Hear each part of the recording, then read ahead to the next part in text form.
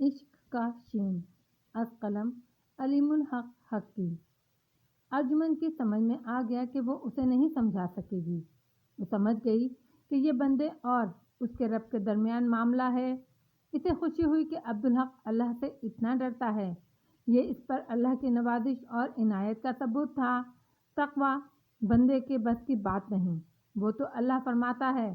اس نے یہ بات عبدالحق کو بتائی بھی نہیں کہ ایسی باتیں جو صرف محسوس کی جا سکتی ہیں، جن کا آپ کے پاس کوئی ثبوت نہیں ہوتا، بتائی نہیں جا سکتی۔ ویسے بھی آدمی بہت آسانی سے غرور میں مبتلا ہو جاتا ہے، اور غرور ہر بھلائی کو کھا جاتا ہے۔ کیا ہوا؟ کوئی دلیل نہیں تو رہی تمہارے پاس؟ عبدالحق کے لہجے میں خوف اور التجا کا امتزاج تھا۔ بظاہر وہ طنزیہ بات تھی، لیکن در حقیقت اس میں خوف چھپا تھا، جیسے امکان کا آخری دروازہ بھی بند ہو گیا ہو۔ جی نہیں، ارجمن نے بہت اعتماد سے کہا، میں اب اس لیے کچھ کہنا نہیں چاہتی کہ آپ اس سے اختلاف کریں گے، اسے رد کر دیں گے، اور اس میں آپ کا نقصان ہوگا جو مجھے گوارا نہیں ہوگا۔ تم مجھے منجدار میں چھوڑ رہی ہو ارجمن، عبدالحق نے ڈوبتے لہجے میں کہا۔ ارجمن تڑپ گئی۔ پھر میں آخری بات کہوں گی، لیکن پہلے آپ کو ایک وعدہ کرنا ہوگا۔ بولو۔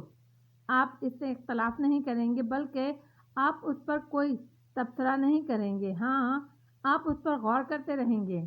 عبدالحق نے اسبات میں سر ہلاتے ہوئے کہا، میں وعدہ کرتا ہوں۔ میں کچھ بھی نہیں جانتی، لیکن تقدیر پر میرا ایمان ہے۔ تقدیر اللہ کی قدرت اور اس کا فیصلہ ہے جو روز اول ہی سے لوح محفوظ پر لکھ دیا گیا ہے۔ آپ اپنے حج کے معاملے کو اس کی روشنی میں دیکھیں اور قبول کریں، اور یاد رکھیں کہ اللہ قادر مطلق ہے، لہذا دعا سے تقدیر بھی تبدیل ہو سکتی ہے۔ عبدالحق نے حیرت سے اسے دیکھا، وہ کیسے بچوں کی طرح اسے سمجھا رہی تھی۔ اسے اس پر پیار آنے لگا۔ اس نے سر کو تفہیمی جنبش دی اور مسکرانے لگا۔ کئی دن کے بعد وہ ایسے مسکرایا تھا۔ تم بھی میرے لیے دعا کرو گی نا؟ اس نے پوچھا۔ ہمیشہ کرتی ہوں الحمدللہ، لیکن اب اس کے لیے خاص طور پر دعا کروں گی۔ جزاک اللہ۔ اور دادی اماں سے بھی کہوں گی کہ وہ بھی یہ دعا خاص طور پر کیا کریں۔ شکریہ ارجی۔ شکریہ کی اس میں کیا بات ہے آغا جی، اس میں ہماری غرض بھی ہے، آپ کے ساتھ ہمیں بھی تو حج کی سعادت ملے گی انشاءاللہ۔ عبدالحق ارجمن کی بات پر غور کرتا رہا۔ علامہ اقبال نے کہا تھا، نگاہ مرد مومن سے بدل جاتی ہیں تقدیریں، صرف نگاہ سے، لیکن بندہ مومن ہونا کوئی معمولی بات نہیں، بہت بڑا اعزاز ہے۔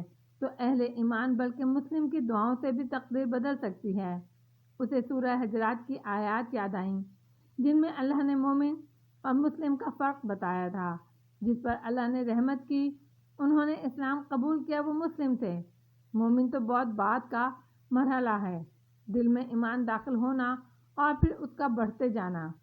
آدمی زبان سے اور دل سے ایمان کا اعلان کرتا ہے، لیکن دل میں ایمان ہوتا نہیں، وہ محض مسلم ہوتا ہے، فرما بردار۔ جسے بتایا گیا اس نے مان لیا۔ انسان کو یہ حق حاصل نہیں کہ وہ خود کو مومن سمجھے۔ یہ فیصلہ تو صرف اللہ ہی کرتا ہے کہ کون مومن ہے اور کون نہیں۔ اللہ تعالیٰ نے دعا کی صورت بہت بڑی نعمت عطا فرمائی اپنے بندوں کو۔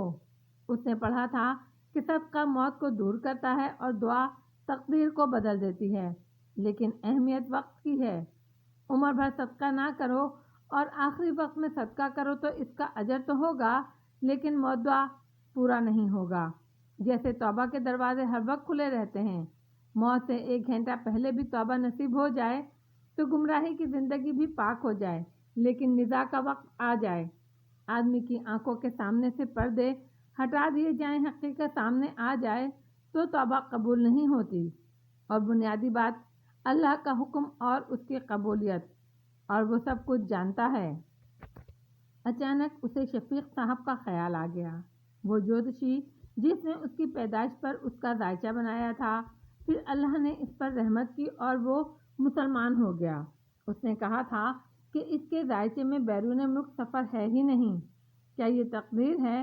اسے ایک اور بات یاد آئی، شفیق صاحب نے اس کی دوسری شادی کی پیش گوئی کی تھی، جبکہ اس کا نہ ایسا ارادہ تھا نہ ہی دور دور تک ایسا کوئی امکان، لیکن کچھ ہی عرصے کے بعد اس کی ارجمن سے شادی ہو گئی اور نور بانو جو اس کے قریب عورت تو کیا کسی بچے کا سایہ بھی برداشت نہیں کرتی تھی، اس نے خود اصرار اور خوشامد کر کے اسے اس شادی پر رضامند کیا۔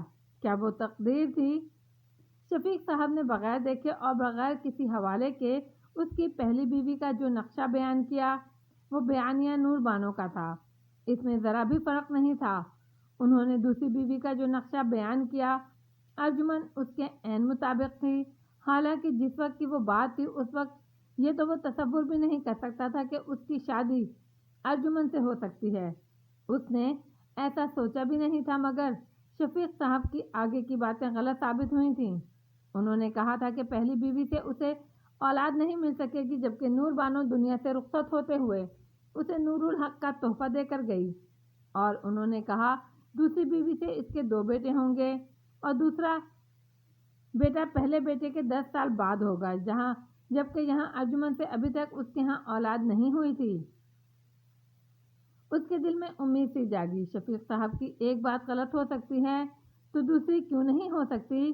اور خود انہوں نے کہا تھا علم تو سارے کا سارا اللہ کا ہے اور بندے کے حساب میں غلطی بھی ہو سکتی ہے۔ انہوں نے کہا تھا اللہ کی رہنمائی اور حکم کے بغیر وہ کچھ بتا نہیں سکتے، اسی لیے وہ اللہ سے رہنمائی طلب کرتے ہوئے آغاز کرتے ہیں۔ بہرحال ارجمن سے بات کرنے اور شفیق صاحب کی پیشن گوئی پر غور کرنے کے نتیجے میں اس کے دل کا بوجھ بڑی حد تک کم ہو گیا، دل کو کسی حد تک تسلی ہوئی اور اس کا فرسٹریشن خاصا کم ہو گیا، لیکن اگلے چند روز میں اسے احساس ہو گیا کہ مسئلہ حل نہیں ہوا۔ پہلی بار اسے پتہ چلا ایمان کی طرح فرسٹریشن بھی گھٹتا بڑھتا رہتا ہے، کبھی تو ایسا لگتا ہے کہ وہ بالکل ختم ہو گیا اور کبھی وہ انتہا کو پہنچ جاتا ہے۔ مگر ایک بات تھی، پچھلی بار کا سبق اس نے بہت اچھی طرح سیکھ لیا تھا۔ فرسٹریشن اور مایوسی کسی حد کو بھی جا پہنچے، وہ اسے اپنے فرائض اور دوسروں کے حقوق پر اثر انداز ہونے نہیں دیتا تھا۔ نور الحق کے معاملات میں کوئی فرق نہیں پڑتا، صدقہ اور خیرات اپنی جگہ، کسی بھی شخص کی پریشانی سامنے آئے تو وہ سب کچھ بھول کر اس کی مدد کرتا۔ وہ سوچتا تھا اسے 2 پہلوؤں سے محنت کرنی ہے، ایک اللہ کی ناراضگی دور کرنے کی کوشش کرنی ہے اور دوسرے اسے مزید ناراض کرنے سے بھی بچانا ہے۔ یہ دوسرا کام بھی کچھ کم اہم نہیں تھا۔ اس کا نتیجہ یہ نکلا کہ فرسٹریشن صرف رات کی چیز بن کر رہ گیا، دن میں تو اس کا نام و نشان نہیں ہوتا، البتہ رات کی تنہائی میں وہ سر اٹھاتا۔ اللہ سے محبت کا تصور تو خواب و خیال بن کر رہ گیا، یہ خیال آتا تو وہ حقارت سے خود پر ہنستا۔ اپنی اوقات میں رہو عبدالحق، وہ خود سے کہتا، محبت کرنے چلے ہو، پہلے بندگی تو کر لو ڈھنگ سے، وہ ناراض ہے، اسے راضی کر کے دکھاؤ۔ وہ کثرت سے درود پڑھتا، استغفار کرتا، اس میں ذات کا ورد کرتا، اللہ کو اس کے ناموں سے پکارتا، گڑ گڑاتا، مجھ سے راضی ہو جا۔ اس پر بھی ارجمن سے کئی بار اس کی بات ہوئی۔ یہ آپ کا مفروضہ ہے کہ اللہ آپ سے ناراض ہے، وہ کہتی، میرا دل مجھے بتاتا ہے، وہ سادگی سے جواب دیتا، اللہ ناراض ہوتا تو اس کی کوئی علامت آپ کے معاملات میں دکھائی دیتی؟ وہ تو انکار کرنے والوں کو بھی نوازتا ہے، میں تو پھر اس کا ماننے والا ہوں۔ دنیاوی پریشانیوں یا خوش دلی پر اس کی خوش نویدی اور ناراضگی کا قیاس نہیں کیا جا سکتا، عبدالحق نے دلیل دی، اور ارجمن لاجواب ہو گئی، مگر اسے عبدالحق کو اس کیفیت سے نکالنے کی کوشش کرنی تھی۔ وہ کہتی، دنیا میں اس کا ثبوت دل ہی تو ہے، وہ ناراض ہو تو دل رجوع کرنے والا نہیں رہتا، دنیا کی طرف راغب اور اس کی طرف سے غافل ہو جاتا ہے۔ عبدالحق چپ ہو جاتا، بتائیے نا، کیا آپ کا دل ایسا ہو گیا ہے؟ ارجمن اصرار کرتی، الحمدللہ ایسا تو نہیں ہے، تو پھر ثابت ہو گیا کہ وہ آپ سے ناراض نہیں ہے، لیکن دل ہی تو مجھے بتاتا ہے کہ وہ مجھ سے ناراض ہے۔ عجیب منطق ہے، ارجمن جھنجھلائے بغیر کہتی، غلط تو نہیں ہے نا، مگر کوئی علامت تو نظر آتی ہے، صاف نظر آتی ہے، مجھے بھی بتائیے، جن سے اللہ راضی ہوا ان کے لیے فرمایا کہ نہ انہیں کوئی خوف ہوگا نہ غم، مطلب مجھ پر بغیر کسی ظاہری دنیاوی وجہ کے خوف اور غم دونوں کا حملہ ہوتا ہے، وہ بھی وقتاً فوقتاً۔ نہیں آقا جی، یہ غلط بات ہے۔ سورہ بقرہ میں اللہ نے فرمایا کہ وہ آزمائش کریں گے، جان مال میں خسارے میں مبتلا کر کے۔ میرا خیال تو یہ ہے کہ یہ خوف اور غم سے پاک ہونے والی آخرت کے لیے ہے۔ واللہ عالم، یہ تم ٹھیک کہہ رہی ہو۔ عبدالحق نے فوراً مان لیا، لیکن میرا حج پر نہ جا سکنا مجھے اس بات کا یقین دلاتا ہے۔ میں نے آپ سے کہا تھا نا کہ میں کوشش کرتا ہوں، اور جی۔ عبدالحق نے اسے بات پوری نہیں کرنے دی۔ ویسے یہ حقیقت تھی کہ وہ خود کو باور کرانے کی کوشش کرتا تھا کہ اگر اللہ نے اس کے لیے حج کی سعادت نہیں لکھی تو اس میں کوئی تبدیلی صرف اللہ ہی لائے گا، کوئی اس سلسلے میں کچھ نہیں کر سکتا۔ یہ بالکل سیدھی سی بات تھی۔ اگر سرکاری طور پر حج پر جانے کا وہ موقع اس نے نہ کھویا ہوتا تو وہ بلا تردد اس بات کو تسلیم کر لیتا اور یہ اس کے لیے مسئلہ نہ رہتا۔ اس بات کی وجہ سے یہ اس کے دل میں بیٹھ گیا تھا کہ اللہ اس سے ناراض ہے اور اللہ نے اسے روک دیا ہے۔ اس نے اس بات پر بہت غور کیا۔ ظاہری طور پر تو اللہ کی ناراضگی کی کوئی علامت نظر نہیں آتی تھی، سب کچھ معمول کے مطابق تھا۔ اللہ کے فضل سے وہ اچھے کام بھی کر رہا تھا، حقوق اللہ اور حقوق العباد کا خیال رکھنے کی بساط بھر کوشش بھی کر رہا تھا۔ یہ اللہ کے فضل کے بغیر ممکن نہیں تھا، لیکن اس کی ہر دلیل کا دل کے پاس ایک ہی جواب تھا۔ اس نے حج کے معاملے میں بے نیازی اور تکبر سے کام لے کر اللہ کو ناراض کر دیا ہے۔ اب وہ کبھی وہاں نہیں جا سکے گا کیونکہ اللہ اس سے ناراض ہے۔ تاہم ارجمن کی تقدیر والی بات اس کے لیے سہارا بن گئی، ورنہ وہ مایوسی اس کے لیے مستقل طور پر مصیبت بن جاتی۔ اب اس پر کبھی کبھی شدید مایوسی کے وقتی دورے ضرور پڑتے تھے، لیکن کچھ دیر بعد، زیادہ سے زیادہ 1-2 دن کے بعد از خود ان سے نجات مل جاتی تھی۔ یہ الگ بات کہ وقتی مایوسی کے وہ دورے بہت اذیت ناک ہوتے تھے۔ اس شام اس پر پھر وہی کیفیت طاری ہوئی۔ اس کیفیت میں وہ گریہ سے محروم ہو جاتا تھا۔ جی چاہتا تھا وہ چیخ چیخ کر روئے، خود کو ہلکان کر لے، لیکن آنکھوں میں نمی بھی نہیں اترتی تھی۔ اس رات اس نے ایک اور فیصلہ کیا۔ اس کی آرزو تھی کہ وہ اللہ سے محبت کرے، لیکن اتنی اس کی اوقات نہیں۔ ارے اس سے تو روٹھے ہوئے رب کو منایا نہیں جاتا، اور دوسرے راویے سے دیکھو، اس سعادت بدور بازو نیست، اللہ ہی خوش ہو کر عطا کر دے تو الگ بات، ورنہ یہ بندے کی بس کی بات کہاں، اور اس کے بس کی تو یہ بات ہے ہی نہیں۔ تو پھر وہ کیا کرے؟ زندگی کا اب یہی ایک مقصد تھا۔ جواب بھی ذہن میں آ گیا۔ اسے تو بس پورے خلوص اور یکسوئی کے ساتھ اللہ کی اطاعت کرنی ہے۔ الحمدللہ، اللہ نے اسے ایمان کے دائرے میں داخل فرمایا، اسے نماز، قرآن کی رغبت اور محبت عطا فرمائی۔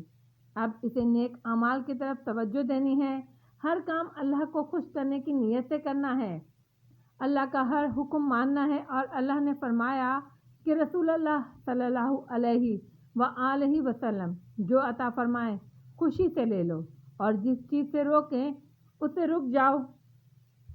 تو حضور صلی اللہ علیہ وآلہ وسلم کا ہر حکم ماننا ہے، آپ کی اتباع کرنی ہے۔ اگر اس کوشش میں خلوص ہوا اور اللہ کو پسند آیا تو بیڑا پار ہے، اللہ چاہے تو اپنی محبت بھی عطا فرما دے گا۔ لیکن سب سے بڑی بات یہ کہ اس کے لیے اللہ سے دعا کرنی ہوگی کہ اس کے اذن اور عطا کے بغیر وہ کسی خیر، کسی بھلائی، کسی نیکی تک نہیں پہنچ سکتا۔ اس نے 2 رکعت نماز قضاء حاجت کے لیے ادا کی اور دعا مانگی، اور فوراً ہی جیسے دل اور دماغ پر سے ہر بوجھ ہٹ گیا، گہری مایوسی مکمل طور پر چھٹ گئی۔ اب تک اس کا مایوسی کا کوئی دورہ اتنی جلدی اور اتنی آسانی سے نہیں ٹلا تھا۔ وہ خوابگاہ میں آیا، اندھیرا کر کے وہ سونے سے پہلے کے معاملات میں مصروف ہو گیا۔ سونے کے لیے لیٹتے ہوئے اس کی نظر ارجمن کے چہرے پر پڑی جو چاند کی طرح چمک رہا تھا۔ وہ محبت سے اسے دیکھتا رہا۔ ترشے ہوئے نقوش، وہ سراپا، وہ بلا شبہ اللہ کی عطا کی ہوئی بہت بڑی نعمت تھی۔ وہ سوچتا رہا، اللہ کیسا مہربان، فضل عظیم کا مالک ہے، کیسی کیسی نعمتیں عطا فرماتا ہے۔ یہ سوچتے ہوئے اس کے دل میں رغبت جاگی۔ اس نے ہاتھ بڑھایا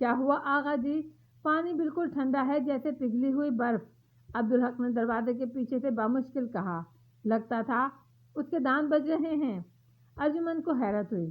عبدالحق عام طور پر پانی زیادہ گرم ہونے کی شکایت کرتا تھا اور اسے ٹھنڈا پانی ملانا پڑتا تھا، پھر وہ کہہ رہا تھا اتنا ٹھنڈا جیسے پگھلی ہوئی برف، یہ کیسے ممکن ہے؟ پھر اس نے سوچا ممکن ہے اس نے بے دھیانی میں کوتاہی کی ہو اور پانی گرم کر کے لاؤں، اس نے پوچھا، لیکن جواب میں دروازہ کھل گیا۔ عبدالحق کا گھبرایا ہوا چہرہ اس کے سامنے تھا۔ ارجمن کی حیرت بڑھ گئی۔ گرم پانی کی وجہ سے باتھ روم میں عام طور پر جو تمازت چھا جاتی ہے وہ وہاں موجود تھی۔ گرم پانی کی بھاپ کی وجہ سے وہاں دھندلاہٹ بھی تھی، اور عبدالحق کہہ رہا تھا پانی پگھلی ہوئی برف جیسا ٹھنڈا ہے۔ کیا بات ہے آغا جی؟ اس نے پرتشویش لہجے میں پوچھا۔ عجیب بات ہے، عبدالحق کی آواز اب بھی لرز رہی تھی۔ پانی سے بھاپ اٹھ رہی ہے۔ میں نے عادت کے مطابق پہلے ہاتھ ڈال کر چیک کیا، پانی زیادہ گرم لگا، میں نے ٹھنڈا پانی ملایا، جسم پر ڈالا تو تھر تھری چڑھ گئی، برف جیسا ٹھنڈا ہو رہا ہے۔ ارجمن نے خود پانی میں ہاتھ ڈال کر دیکھا، پانی خاصا گرم تھا۔ اس نے سوچا ممکن ہے عبدالحق کو زیادہ سردی لگ رہی ہو، آپ رکیں، میں اور گرم پانی لاتی ہوں۔ عبدالحق نے کچھ نہیں کہا۔ وہ سوچ رہا تھا یہ تو جاتی ہوئی سردی ہے، پھر ایسا کیوں کہ پانی میں ہاتھ ڈالو تو گرم لگے، جسم پر ڈالو تو ٹھنڈا، اور اتنا ٹھنڈا، وہ بہت غیر معمولی بات تھی۔ اس دوران فجر کی اذان بھی ہو گئی۔ ارجمن گرم پانی کا بڑا دیچکا لے کر آئی۔ اتنے گرم پانی کا کیا کرنا ہے مجھے؟ عبدالحق نے کہا۔ رکھ لیں، اپنی ضرورت کے مطابق ملا لیجیے گا۔ ٹھیک ہے، عبدالحق نے کہا اور دروازہ بند کر لیا۔ ارجمن نماز کے لیے کھڑے ہونے والی تھی لیکن رک گئی۔ نہ جانے کیوں اسے احساس ہو رہا تھا کہ عبدالحق کو اس کی ضرورت پڑے گی، اور پھر ہوا بھی یہی۔ ذرا دیر بعد پھر عبدالحق کی چیخ سنائی دی۔ اس بار آواز میں گھبراہٹ کا عنصر زیادہ نمایاں تھا۔ ارجمن پھر دروازے کی طرف لپکی۔ آپ ٹھیک تو ہیں آغا جی؟ دروازہ کھلا اور عبدالحق باہر نکل آیا۔ اس پر تھر تھری چڑھی ہوئی تھی۔ اس کا اوپری جسم برہنہ تھا، قمیض پہننے کا بھی اسے خیال نہیں رہا۔ وہ بیڈ کی طرف لپکا اور لحاف اوڑھ کر بیٹھ گیا۔ ہوا کیا؟ ارجمن نے پوچھا۔ وہ اس کے پاس آ کر بیٹھ گئی۔ نہایت گرم پانی بھی جسم پر نہایت ٹھنڈا اور ناقابل برداشت لگ رہا ہے۔ مجھے تو لگا میری سانس رک جائے گی۔ ارجمن الجھن بھری نظروں سے اسے دیکھ رہی تھی۔ اس کے جسم کی تھرتھراہٹ دور ہو گئی، آواز کی لرزش بھی بہت معصوم رہ گئی تھی۔ پھر اچانک عبدالحق نے سسکی لی اور کندھے کو سہلانے لگا۔ کیا ہوا؟ ارجمن نے پوچھا۔ بڑی شدید جلن اور تکلیف ہو رہی ہے کاندھے میں، مجھے دکھائیے۔ عبدالحق نے کاندھا لحاف سے سرکایا۔ ارجمن نے دیکھا تو حیران رہ گئی۔ یہ تو آبلے پڑ گئے ہیں۔ آبلے؟ عبدالحق نے حیرت سے کہا۔ پانی تو یخ ٹھنڈا ہو رہا تھا۔ نہیں، پانی تو کھولتا ہوا تھا آغا جی، ارجمن نے تصحیح کی۔ البتہ آپ کو وہ ٹھنڈا لگ رہا تھا، جانے کیوں؟ اس کے لہجے میں پریشانی تھی۔ پانی اتنا ٹھنڈا تھا کہ اب تک میرے جسم میں تھرتھری ہے۔ عبدالحق کے لہجے میں احتجاج تھا۔ لیکن یہ آبلے اس کے نہایت گرم ہونے کا ثبوت ہیں، ارجمن نے کہا۔ پھر وہ چونکی، کمال ہے، آپ تکلیف میں ہیں اور میں اس سے بحث کر رہی ہوں جیسے یہ کوئی علمی موضوع ہو۔ آپ رکیے، میں ابھی آئی۔ عبدالحق اس کی بات پر غور کرنے لگا۔ وہ ٹھیک کہہ رہی تھی، دوسری بار تو پانی واقعی کھولتا ہوا تھا۔ اس وقت تو جسم پر پڑتے ہوئے وہ یک بختہ لگا، لیکن بعد میں جسم پر آبلے پڑ گئے، کیونکہ در حقیقت تو وہ کھولتا ہوا پانی تھا۔ یہ معاملہ کیا ہے؟ اسے خوف آنے لگا۔ ادھر کاندھے کی جلن اور بڑھ گئی، اور اس تکلیف میں بھی اسے یہ خیال آیا کہ اس کی ناپاکی کی وجہ سے وہ فجر کی نماز پڑھ نہیں سکا ہے۔ اس کا دل غم سے بھر گیا۔ ارجمن واپس آئی۔ اس نے اس کے کاندھے پر کچھ لیپا۔ چند منٹ تو جلن کی ویسی رہی، مگر پھر ٹھنڈ پڑ گئی۔ وہ سکون محسوس کرنے لگا۔ تم نماز پڑھ لو اب، اس نے ارجمن سے کہا، ورنہ تمہاری نماز بھی نکل جائے گی۔ ارجمن نے سر کو تفہیمی جنبش دی، اپنے پسندیدہ کونے میں مصلی بچھایا اور نماز کی نیت باندھ لی۔ عبدالحق اپنے پراسرار معاملے پر غور کرنے لگا۔ کبھی وہ کڑتا اور کبھی خوفزدہ ہو جاتا۔ نماز سے محروم ہونے کا خیال اسے بہت دکھ دے رہا تھا۔ بے چینی بڑھ گئی تو وہ دوبارہ باتھ روم میں چلا گیا۔ پانی اب بھی اتنا گرم تھا کہ باتھ روم میں دھند سی چھائی ہوئی تھی۔ اس نے پانی میں ہاتھ ڈال کر دیکھا، وہ ناقابل برداشت ہونے کی حد تک گرم تھا۔ اس نے سوچا اب بھی میں غسل کر لوں تو مجھے نماز مل سکتی ہے۔ اس بار اس نے گرم پانی کو اپنی ران پر آزمایا اور اس کے ساتھ ہی اس کے حلق سے دبی دبی چیخیں نکل گئیں۔ کھولتا ہوا پانی اس کے جسم کو چھوتا تو جیسے یکبستہ ہو جاتا۔ صرف اس کے ہاتھ نارمل تھے۔ آغا جی کیا ہوا؟ خیریت ہے؟ دروازے کے پیچھے سے ارجمند کی آواز سنائی دی۔ آ رہا ہوں، عبدالحق نے کہا۔ وہ دروازہ کھول کر باہر نکلا اور لحاف کی طرف لپکا۔ اس بار تھر تھری کچھ زیادہ تھی۔ کیا ہوا؟ ارجمند نے پوچھا۔ وہی صورتحال ہے، یہ کوئی نارمل بات تو نہیں۔ یہ کیا ہو گیا ہے مجھے؟ عبدالحق کے لہجے میں پریشانی تھی۔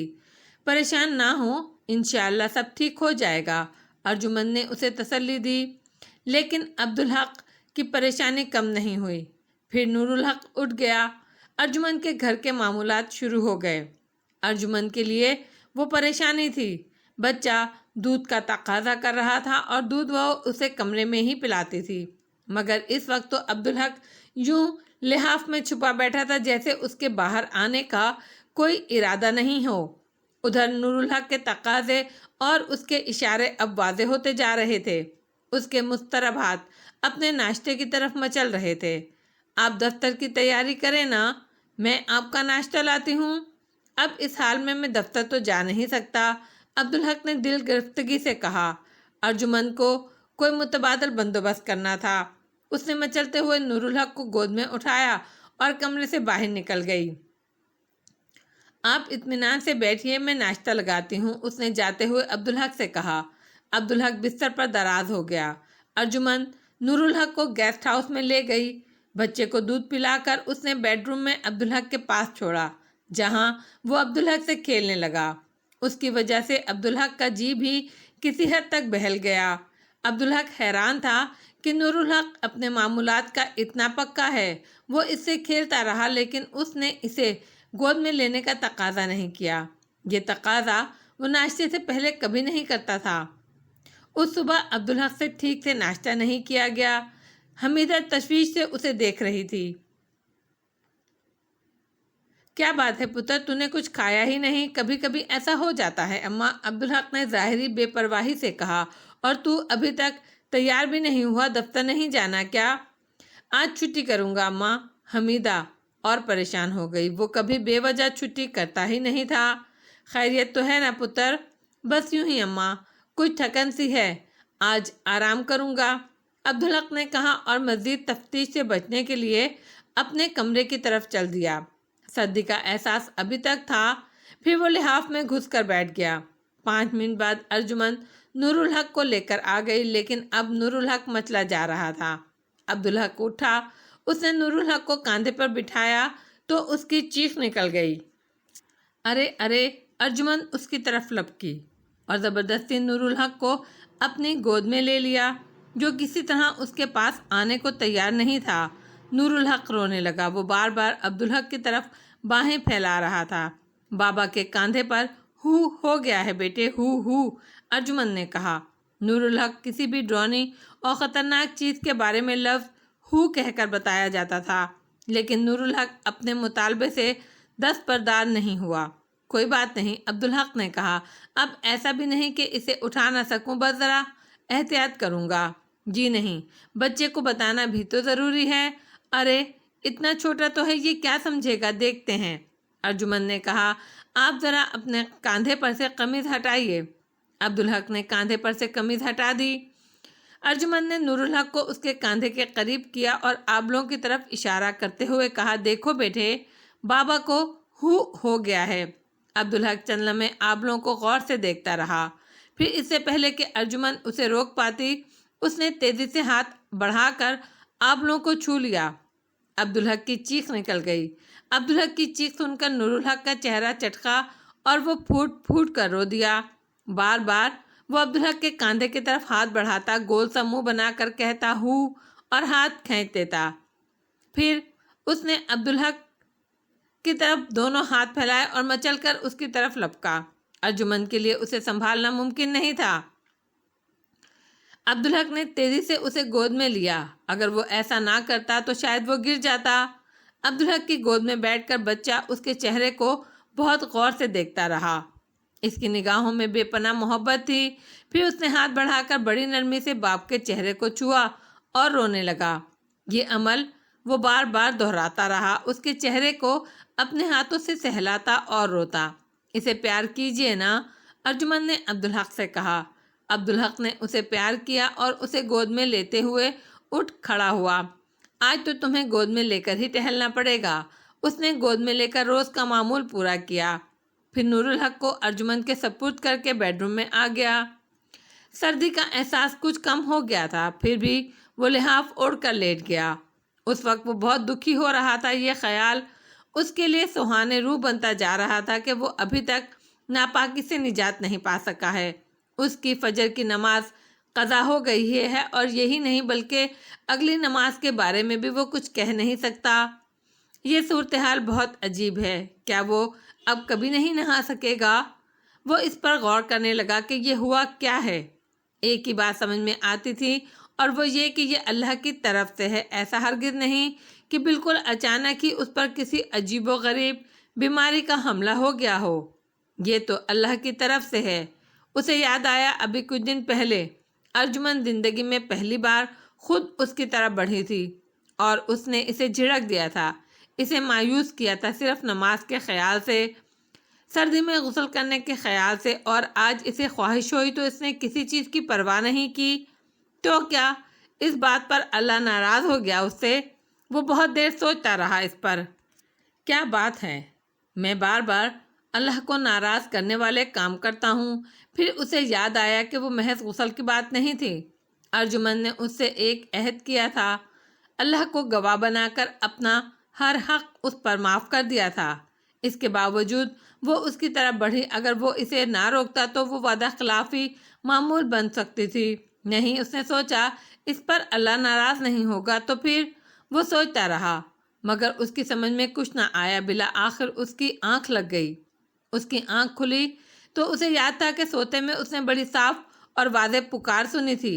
وہ خواب نہیں تھا، کیونکہ اس میں نہ کوئی چہرہ تھا نہ کوئی منظر، بس وہ ایک آواز تھی۔ اس آواز کو اس وقت بھی وہ سن سکتا تھا۔ اس آواز نے کہا، اللہ فرماتا ہے تم اس کے بندوں پر جس طرح کی نرمی کرو گے، میں تم پر اسی طرح کی نرمی اس سے بڑھ کر کروں گا۔ تم میرے بندوں سے درگزر کرو گے، میں تم سے درگزر کروں گا۔ تم جس نعمت پر شکر ادا کرو گے، میں اسے تمہارے لیے اور بڑھا دوں گا۔ نعمت سے منہ موڑو گے تو نعمت تم سے دور ہو جائے گی، اور نعمت کو ٹھکراؤ تو نعمت تم سے چھینی بھی جا سکتی ہے۔ عبدالحق جھرجھری لے کر رہ گیا۔ کیا یہ نعمت نماز ہے؟ کیا وہ نماز سے محروم ہونے والا ہے؟ ایسا کیوں ہوا؟ نفس کی وجہ سے۔ رات نفس نے اسے ورغلایا، اور رات کی قربت کے نتیجے میں وہ صبح کی نماز سے محروم ہوا۔ اسی وقت اس نے دو فیصلے کیے۔ ایک تو اس نے توبہ کی اور عہد کیا کہ اب نفس کو خود پر غالب نہیں آنے دے گا۔ دوسرے، اس نے سوچ لیا کہ ابھی وہ ٹھنڈے پانی سے غسل کرے گا۔ وہ ہر حال میں پاک ہو کر رہے گا، چاہے سردی کی وجہ سے وہ مر جائے۔ نماز سے محروم زندگی کے مقابلے میں یہ موت بہت بہتر ہوگی۔ نماز کے لیے کوشش کرتے ہوئے ہی تو مرے گا وہ۔ یہ فیصلہ کر کے اسے تقویت کا احساس ہوا، لیکن دوسری طرف ایک موہوم سی خلش اسے ستا رہی تھی۔ نہ جانے کیوں اسے یہ احساس ہو رہا تھا کہ اصل بات وہ نہیں سمجھا ہے، بات کو سمجھنے میں اس نے کہیں غلطی کی ہے۔ وہ سوچتا رہا کہ آواز کا اشارہ کس نعمت کی طرف تھا جس صورتحال سے وہ دوچار تھا۔ اس میں تو وہ نعمت صرف اور صرف نماز ہی تھی، اسی سے تو محروم ہوا تھا وہ۔ اس معاملے میں اور کوئی نعمت تو تھی نہیں، لیکن اپنے یقین کے باوجود خلش اسے ستا رہی تھی۔ پھر اس نے اسے ذہن سے جھٹکا اور گھڑی کی طرف دیکھا۔ 12 بج رہے تھے۔ کمرے میں کوئی موجود نہیں تھا۔ ارجمند شاید کچن میں مصروف ہوگی۔ وہ باتھ روم میں گیا۔ اس کے کپڑے صبح سے وہیں لٹکے ہوئے تھے، تولیہ بھی موجود تھا۔ وہ شاور کے نیچے کھڑا ہو گیا جسم میں تھرتھری دوڑ گئی، وہ خوفزدہ ہوا۔ صبح کا تجربہ اسے یاد آنے لگا۔ کھولتا ہوا پانی اسے یک بستہ لگ رہا تھا، تو اب ٹھنڈا پانی اس کا کیا حشر کرے گا؟ ایک لمحے کو اس کا جی چاہا وہاں سے بھاگ جائے، لیکن پھر اپنا فیصلہ اسے یاد آ گیا۔ اسی فیصلے پر عمل کرنا ضروری ہے، خواہ نتیجہ کچھ بھی ہو۔ اس نے کانپتے ہاتھوں سے لٹو گھمایا۔ اس کا جسم سرد پانی کا جھٹکا برداشت کرنے کے لیے خود کو تیار کر رہا تھا، لیکن پانی اس کے جسم پر گرا تو تازگی کا خوشگوار احساس اس پر چھا گیا۔ بہت ٹھنڈا کیا، وہ پانی تو بالکل بھی ٹھنڈا نہیں تھا۔ وہ تو تازہ پانی تھا، نہ گرم نہ ٹھنڈا، اسے سکون بخشنے والا۔ ھذا من فضل ربی الحمدللہ، اس نے زیر لب کہا۔ باہر نکل کر اس نے فجر کی قضا پڑھی تو اس کے دل کو سکون ہوا۔ غفور الرحیم نے اسے پھر بخش دیا تھا۔ ارے وہ تو ہر لمحے ہماری نہ جانے کتنی خطائیں ہماری معذرت کے بغیر بھی معاف کرتا ہی رہتا ہے۔ جس دن نور الحق 1 سال کا ہوا، اس دن اس نے پہلی بار کھڑے ہو کر چلنا شروع کیا۔ عبدالحق کو وہ منظر اس قدر بھایا کہ اس کا بس چلتا تو بس وہ اسے چلتے ہوئے دیکھتا ہی رہتا۔ وہ منظر تھا ہی ایسا۔ جب نور الحق چلتا تو اس کے چہرے کے تاثرات اور انداز سے اس کے ہر جذبے کا صاف پتہ چلتا۔ کچھ تھوڑی سی بے چینی جو اس کے قدموں کے ڈولنے سے عیاں ہوتی، کچھ خوف، گرنے کا خوف جو اس کی آنکھوں میں جھلکتا، اس کے ساتھ ایک چیلنج کو قبول کرنے کی چمک بھی اس کی آنکھوں میں ہوتی، اور وہ چیلنج ہوتا 10-12 قدم دوبارہ باہیں پھیلائے بلاتا ہوا اس کا باپ۔ وہ بے یقینی سے اپنے ہدف کی طرف بڑھتا، اس کے قدم ڈگمگاتے، وہ ڈرتے ڈرتے قدم اٹھاتا۔ پھر جب وہ اپنے ہدف سے 1-2 قدم کے فاصلے پر رہ جاتا، خوف اور ہیجان سے شل ہو کر وہ چلنا بھول کر عبدالحق کی طرف جست لگاتا اور اس کی باہوں میں سما جاتا۔ اس وقت اس کے چہرے پر خوشی، ہونٹوں پر ہنسی اور آنکھوں میں فخر ہوتا۔ وہ خوش ہو کر عبدالحق کو پیار کرتا۔ کبھی ایسا بھی ہوتا کہ وہ درمیان میں ہی گر جاتا۔ اس لمحے اس کی نگاہوں سے مایوسی جھلکتی۔ وہ بسورنے لگتا بس اب رویا اور جب رویا۔ یہ دیکھ کر عبدالحق اسے چمکارتا، پکارتا، کوئی بات نہیں بیٹے، اٹھ جاؤ، شاباش، اور جلدی سے آؤ میرے پاس، گرنے سے ڈرتے نہیں۔ یہ سن کر نور الحق مسکراتا اور دوبارہ کھڑا ہوتا۔ اس کے کھڑے ہونے کی ادا عبدالحق کو اور پیاری لگتی تھی۔ وہ ہلتا جلتا اٹھتا، ہر لمحے ایسا لگتا وہ پھر گر جائے گا، اور کبھی وہ گر بھی جاتا۔ عبدالحق کو اسے پھر سے چمکارنا پڑتا، اور جب نور الحق کا اعتماد بڑھ گیا تو اسے چلنے کا ہوکا ہو گیا۔ وہ بس چلتے ہی رہنا چاہتا تھا، جب تک جاگتا چلتا رہتا۔ شام تک وہ تھک جاتا، پاؤں دکھنے لگتے۔ اس وقت وہ اپنے معمول کے مطابق حمیدہ کے پاس ہوتا تھا۔ وہ بڑی بے بسی اور معصومیت سے اپنے پاؤں اپنے ہاتھوں سے دباتا تو حمیدہ تڑپ جاتی، لا میں دبا دوں تیرے پاؤں، اور وہ پاؤں دباتی تو نور الحق کے چہرے پر سکون چھا جاتا۔ اتنا کیوں چلتا ہے رے؟ حمیدہ کہتی، دیکھ تو پاؤں سوج گئے ہیں تیرے۔ نور الحق ٹکر ٹکر اس کے چہرے کو دیکھتا رہتا۔ اس کی نگاہوں میں تشکر ہوتا، محبت ہوتی۔ عبدالحق اور ارجمند بھی وہیں موجود ہوتے، اور رشیدہ اور آبیہ بھی۔ سب یہ تماشا دیکھ کر مسکرا رہے ہوتے۔ آبیہ، زیتون کا تیل تو دے ذرا، حمیدہ پکارتی، اور پھر حمیدہ نور الحق کی ٹانگوں کی بہت اچھی طرح مالش کرتی۔ اب دیکھنا سارا درد بھاگ جائے گا تیرا، وہ نور الحق سے کہتی، اور کچھ دیر بعد نور الحق اٹھ کر بیٹھتا اور عبدالحق کی طرف ہاتھ پھیلاتا۔ یہ اس بات کا اشارہ ہوتا کہ اب اس کے ساتھ والے معمولات کا وقت شروع ہو گیا ہے۔ چلنے کا شوق اپنی جگہ، لیکن وہ اپنے معمولات سے دستبردار نہیں ہوا تھا۔ سوتا وہ عبدالحق کی گود میں ہی تھا۔ عبدالحق اسے لے کر ٹہلتا رہتا یہاں تک کہ وہ سو جاتا، اور وقت کا وہ ایسا پابند تھا کہ دن چھوٹے بڑے ہونے سے اس پر کوئی فرق نہیں پڑتا۔ اب موسم بہار تھا، دن بڑا ہونے لگا تھا، عشاء کا وقت بھی پیچھے چلا گیا تھا۔ اب وہ عشاء سے پہلے سوتا تھا۔ عام طور پر بچے بولتے پہلے ہیں اور چلتے بعد میں ہیں۔ نور الحق کا معاملہ الٹا ہو گیا۔ وہ گھر بھر میں دوڑتا پھرتا، لیکن بولا ابھی تک نہیں تھا۔ ایک شام اس کے پیروں کی مالش کرتے ہوئے حمیدہ نے کہا، نور الحق تو بولے گا کب؟ نور الحق عادت کے مطابق اسے تکتا رہا۔ بولتا کیوں نہیں، جواب دے۔ نور الحق پلکیں جھپکائے بغیر اسے دیکھتا رہا۔ کیا بڈھا ہو کر بولے گا؟ حمیدہ نے کچھ چڑ کر کہا، تب تو شاید میں ہوں گی بھی نہیں۔ اور نور الحق کا رد عمل حیرت انگیز تھا۔ وہ اٹھ کر بیٹھ گیا۔ اس نے صاف آواز میں کہا، بابا۔ کائنات جیسے تھم گئی، ساکت ہو گئی۔ تماشائیوں نے جیسے سانسیں روک لیں۔ سب کو وہ اپنی اپنی سماعت کا وہم لگا۔ سب بے یقینی سے دوچار تھے۔ سب سے پہلے حمیدہ ہی سنبھلی۔ اس نے چٹ چٹ نور الحق کو خوب پیار کیا۔ پھر بولی، کیا کہا تو نے؟ پھر سے بول۔ اور نور الحق جیسے ہر بات سمجھ رہا تھا، اس نے پھر دہرایا، بابا۔ کون بابا؟ کہاں ہے بابا؟ نور الحق چند لمحے حمیدہ کو دیکھتا رہا۔ پھر اس نے سر کو اس طرف گھمایا اور دیکھا جہاں ارجمند اور عبدالحق بیٹھے تھے۔ پھر اس نے انگلی عبدالحق کی طرف اٹھاتے ہوئے کہا، بابا، بابا۔ اور کمرے میں خوشی کی لہر دوڑ گئی۔ عبدالحق کی خوشی کا کوئی ٹھکانہ نہیں تھا۔ ارجمند کے چہرے پر فخر تھا۔ وہ زیر لب اللہ کا شکر ادا کر رہی تھی۔ ھذا من فضل ربی، الحمدللہ۔ ادھر دیکھو میری طرف۔ حمیدہ نے بناوٹی غصے سے نور الحق کو پکارا۔ نور الحق سب کو خوش دیکھ کر مسکرا رہا تھا۔ حمیدہ کی آواز سن کر اس کی طرف مڑا، بہت مطلبی ہے تو۔ حمیدہ نے ویسے ہی غصے سے کہا، ٹانگیں تو تیری میں دباتی ہوں اور تو پہلا نام لیتا ہے بابا کا۔ نور الحق نے بہت غور سے پرتشویش نظروں سے حمیدہ کو دیکھا۔ پھر جیسے وہ سمجھ گیا کہ وہ دکھاوے کا غصہ ہے، وہ ہنس ہنس کر تالیاں بجانے لگا۔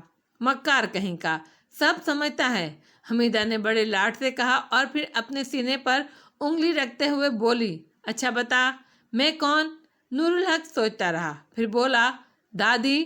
ذرا پھر سے کہے، دادی، دادی، نور الحق نے کہا اور اٹھ کر حمیدہ سے لپٹ گیا۔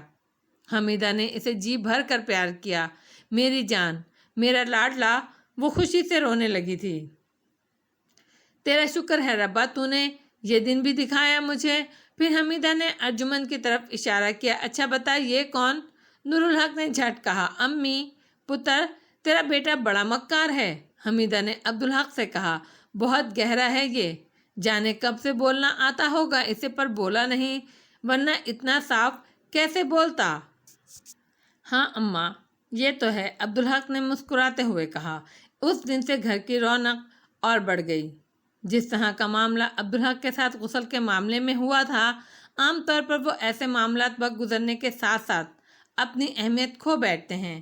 آدمی ان پر سوچنا کم کر دیتا ہے، یہاں تک کہ وہ اسے محض ایک وہمہ سمجھنے لگتا ہے اور بالآخر بھول جاتا ہے۔ لیکن عبدالحق کے ساتھ ایسا نہیں ہوا۔ اس کے لیے وہ بہت بڑی بات تھی۔ وہ اسے کیسے بھول سکتا تھا؟ ہر رات سونے کے لیے لیٹتے وقت وہ اس واقعے کو یاد کرتا اور اس پر غور کرتا، لیکن اس کی سمجھ میں نہ آتا کہ وہ کیا تھا۔ اس میں تو اسے کوئی شک نہیں تھا کہ وہ اللہ کی طرف سے تھا۔ یہ بھی طے تھا کہ وہ کوئی انعام نہیں بلکہ تنبیہ تھی۔ سوچنا یہ تھا کہ کس بات کی تنبیہ کی گئی تاکہ وہ آئندہ اس سے بچے۔ وہ اس پر بہت سوچتا۔ اس کی سمجھ میں ایک ہی بات آتی، نماز سے غفلت اور بے پرواہی۔ دوسری کوئی بات اس کی سمجھ میں نہیں آتی تھی، لیکن اس کا دل اس پر مطمئن نہیں ہوتا تھا۔ کچھ سمجھ میں نہیں آتا تھا، دل کہتا تھا بات کچھ اور ہے۔ اس کے نتیجے میں ایک تبدیلی رونما ہوئی۔ سب کچھ سوچتے ہوئے وہ سوتی ہوئی ارجمند کو دیکھتا۔ وہ جانتا تھا وہ کتنی حسین ہے، لیکن سوتے ہوئے وہ اور زیادہ حسین لگتی تھی، یا یوں تھا کہ وہ اسے بہت پرکشش لگنے لگی تھی۔ مگر پہلے وہ اسے اتنا اور اس طرح دیکھتا بھی تو نہیں تھا۔ سردی رخصت ہو گئی، موسم معتدل بلکہ قدرے گرم ہو گیا۔ رت بدلی تو اس کے سوچنے کا انداز بھی کچھ بدلا۔ کچھ اس کی وجہ یہ بھی تھی کہ ارجمند کو دیکھ کر اس کے اندر خواہش سر اٹھانے لگتی تھی۔ بہرحال اس نے سوچا اب تو پانی کے ٹھنڈے گرم ہونے کا مسئلہ بھی نہیں ہے۔ لیکن پچھلی بار کی انہونی کے نتیجے میں اس کی فجر کی نماز قضا ہوئی تھی۔ اس کا اسے اب بھی غم تھا اور اس کی وجہ سے وہ خوفزدہ بھی تھا۔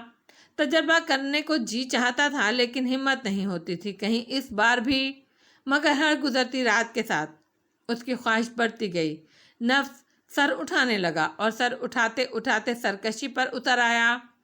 اس رات اس نے بڑی نرمی اور محبت سے ارجمند کو جگا لیا۔ وہ رات صرف نفس کی خواہش کی رات نہیں تھی، اس میں محبت بھی تھی، ایسی محبت کہ ارجمند کی روح تک سیراب ہو گئی۔ وہ رات ان دونوں کے لیے ایک خوبصورت خواب بن گئی، مگر جب آنکھ کھلی تو اس خواب کی خوفناک تعبیر سامنے تھی۔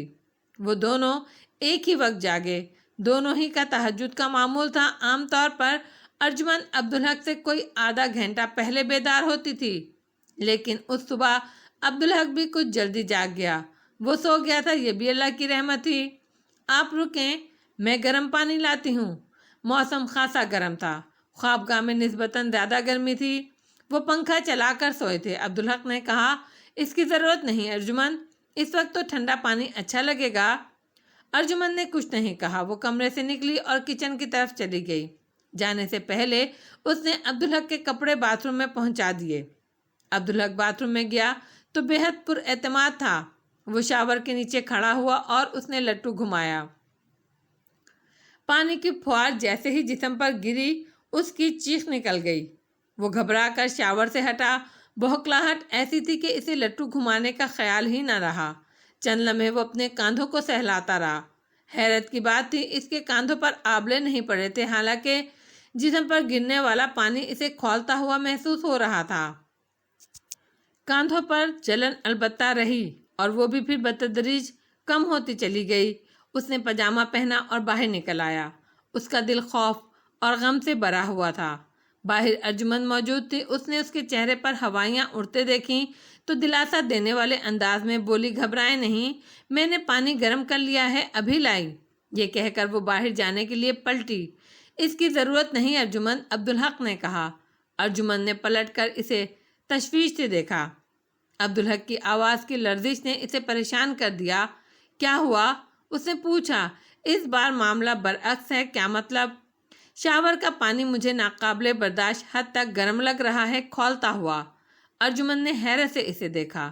باتھ روم سے پانی گرنے کی آواز آ رہی تھی۔ وہ باتھ روم کی طرف چل دی۔ عبدالحق بھی اس کے پیچھے تھا۔ ارجمند نے شاور کی پھوار کی طرف ہاتھ بڑھایا اور چند لمحے وہیں رہنے دیا۔ پانی تو نارمل ہے آغا جی، بلکہ کچھ ٹھنڈا ہے۔ عبدالحق نے بھی ہاتھ بڑھایا، لیکن اگلے ہی لمحے ہلکی سی چیخ کے ساتھ واپس کھینچ لیا۔ ارجمند استفہامیہ نظروں سے اسے دیکھ رہی تھی۔ میرے لیے تو یہ کھولتا ہوا پانی ہی ہے تو اب؟ ارجمند کے لہجے میں پریشانی تھی۔ تم میری فکر مت کرو، مجھے میرے حال پر چھوڑ دو۔ مطلب تم غسل کرو اور نماز پڑھو، لیکن عبدالحق نے اس کی بات کاٹ دی۔ میرا تو نقصان ہو ہی گیا، عبدالحق نے بڑے دکھ سے کہا۔ میں نہیں چاہتا کہ اس فکر میں تم بھی اپنی تہجد بلکہ فجر سے بھی محروم ہو جاؤ۔ یہ کہہ کر وہ باتھ روم سے نکل گیا۔ وہ دن بھی پچھلے دن جیسا ہی تھا، فرق اتنا تھا پچھلی بار وہ لحاف میں لپٹ کر بیٹھ گیا، جبکہ اس بار وہ لان میں چہل قدمی کر رہا تھا۔ اس بار اس کے اندر غم بھرا غصہ بھی تھا، بے بسی کا احساس الگ۔ غصہ اسے خود پر آ رہا تھا۔ پچھلی بار کے تجربے کے بعد اسے یہ جرأت کرنی ہی نہیں چاہیے تھی۔ پچھلی بار کی طرح اس بار بھی اس نے دفتر سے چھٹی کی، اور اس بار بھی 12 بجے کے بعد پانی اس کے لیے نارمل ہو گیا۔ اس بار ارجمند بہت دکھی ہوئی۔ عبدالحق کی کوئی بھی محرومی اسے کب گوارا تھی، اور یہ تو بہت بڑی محرومی تھی۔ نماز پڑھنے والا کوئی شخص ایک نماز سے محروم ہو جائے تو یہ اس کے لیے بہت بڑا غم ہوتا ہے، جبکہ یہاں تو تہجد بھی تھی۔ ارجمند عبدالحق کے دکھ کو محسوس کر سکتی تھی۔ ایک معمول اگر ٹوٹ جائے تو آدمی کو لگتا ہے پچھلے کیے کرائے پر پانی پھر گیا ہے۔ وہ ہفتے کی رات تھی۔ معمول کے مطابق وہ دونوں قرآن فہمی کے لیے بیٹھے، لیکن دونوں ہی ارتکاز سے محروم تھے۔ دونوں ہی اس معاملے پر گفتگو سے گریزاں تھے، اور دونوں یہ بھی سمجھتے تھے کہ اس پر بات کرنا ضروری ہے۔ مسئلہ یہ تھا کہ بات شروع کون کرے اور بات کس طرح شروع کی جائے۔ بالآخر ارجمند ہی نے بات شروع کی اور عبدالحق کی دل جوئی سے شروع کی۔ آغا جی دل چھوٹا نہ کریں اور پریشان نہ ہوں، اس نے کہا۔ حالانکہ بات پریشانی ہی کی ہے، بے شک، لیکن میں اور آپ، ہم اس معاملے میں کچھ بھی تو نہیں کر سکتے، تو پریشانی بیکار ہی ہوئی نا۔ اب سوچو پر کس کا اختیار ہے؟ کوئی بچ سکتا ہے پریشان ہونے سے؟ جی بچ سکتا ہے۔ اللہ کا ذکر قرآن اور نماز اس سے بچاتی ہے، لیکن کبھی ایسا بھی ہوتا ہے کہ پریشانی کی وجہ سے نماز پڑھنا تک آسان نہیں رہتا۔ آدمی کے لیے جسے معلوم ہو کہ اس کے سوا کوئی پناہ نہیں، وہ بار بار کی ناکامی کے باوجود اسی طرف کوشش کرتا رہتا ہے، اور بالآخر اللہ خوش ہو کر اس کی پریشانی دور کر دیتا ہے اور اسے یکسوئی عطا کر دیتا ہے۔ تم ٹھیک کہہ رہی ہو، بندے کے پاس اس کے سوا چارہ ہی کیا ہے، بس اللہ سے رجوع کرتے رہنا چاہیے۔ عبدالحق نے کہا، لیکن اس مسئلے پر بھی تو غور کرنا چاہیے، یہ مسئلہ ہے کیا؟ آپ کیا سمجھتے ہیں؟ مجھے تو اس معاملے میں بھی اللہ کی ناراضگی ہی نظر آتی ہے۔ آزمائش بھی ہوتی ہے آغا جی، مگر شاید میں اس قابل نہیں۔ میں تو ہمیشہ اللہ کو ناراض کرنے والے کام کرتا ہوں۔ ارجمن نے اس پر بہت غور کیا، لیکن اس کی سمجھ میں ایسی کوئی بات نہیں آئی جو اللہ کی ناراضگی کا سبب ہو۔ یہ تو بہت اچھی بات ہے آغا جی، آدمی کو ہر لمحے ہر معاملے میں اللہ سے ڈرنا چاہیے۔ وہ بولی، لیکن ناراضگی کا سبب تلاش کرنا بھی تو ضروری ہے۔ سبب تو جب اللہ کی رحمت ہوگی تو سمجھ میں آئے گا۔ اس وقت تو ہمارے سامنے سزا ہے، اس پر غور کر سکتے ہیں ہم۔ اور سزا کیا ہے؟ ارجمن نے پوچھا۔ تم نہیں سمجھی؟ ارجمن نے نفی میں سر ہلایا۔ سزا یہ ہے کہ میں تمہاری قربت سے محروم کر دیا گیا ہوں۔ اس کا مطلب ہے اللہ مجھ سے بھی ناراض ہے؟ یہ کیسے کہہ سکتی ہو تم؟ میں بھی تو آپ کی قربت سے محروم کر دی گئی نا۔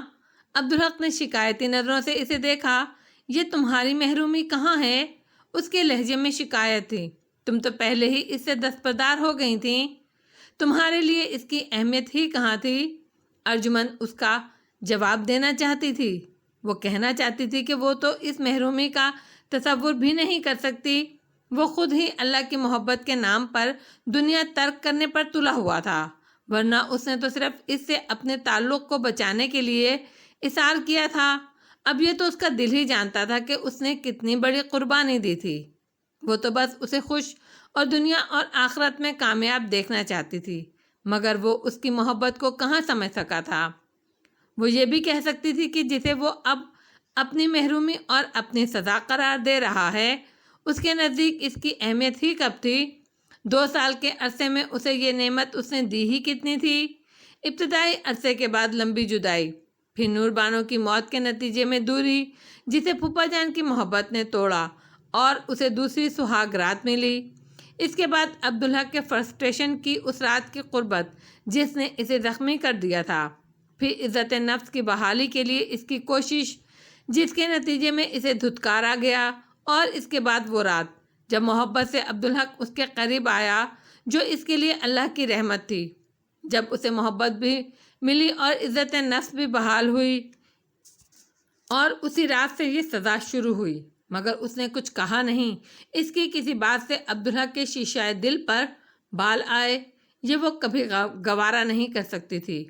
اس نے بڑی محبت سے عبدالحق کا ہاتھ تھامتے ہوئے کہا، میں آپ سے محبت کرتی ہوں آغا جی، میں آپ کی شریک حیات ہوں، آپ کے ہر دکھ درد میں آپ کی شریک، آپ کی تکلیف میری تکلیف، آپ کی محرومی میری محرومی، میں آپ سے کسی طور بھی الگ نہیں ہوں، لیکن یہ سزا صرف میری ہے۔ عبدالحق نے کہا، کیسے؟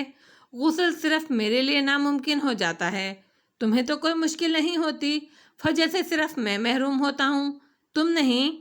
ارجمن چونکی، واقعی اس طرف تو میں نے دھیان نہیں دیا۔